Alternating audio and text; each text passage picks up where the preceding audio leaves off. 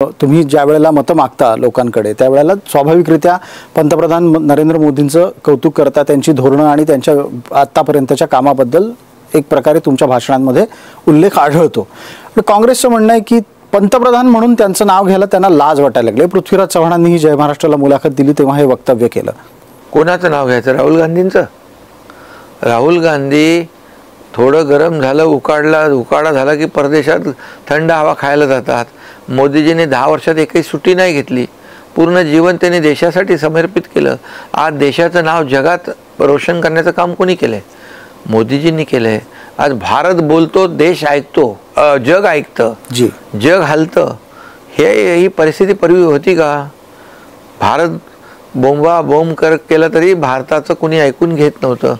जेव्हा पाकिस्तान आपल्यावर हल्ले करत होता त्यावेळेस मनमोहन सिंगजी असतील, इतर प्रधानमंत्री असतील, जाऊन त्यांच्या युनोमध्ये सांगायचे काय, बाबा यांना आवरा, यांना समजवा.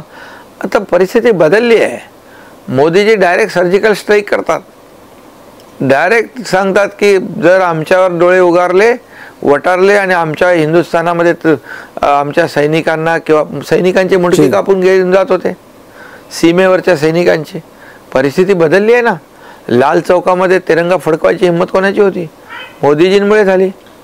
आणि त्यामुळे पूर्णपणे देशाचा विकास 10 वर्षामध्ये जो केला आहे, ज्या योजना आज 80 कोटी लोकांना मोफत राशन देण्याचं काम कोणी केलं, निर्णय घेतला. आज 25 गरिबी हटाव काँग्रेस म्हणत होतं. गरिबी हटली का? गरीब हटला, गरिबी तशीच राहिली. पण दारिद्र्य रेषेच्या वर 25 कोटी 30 कोटी लोकांना कोणी काढलं?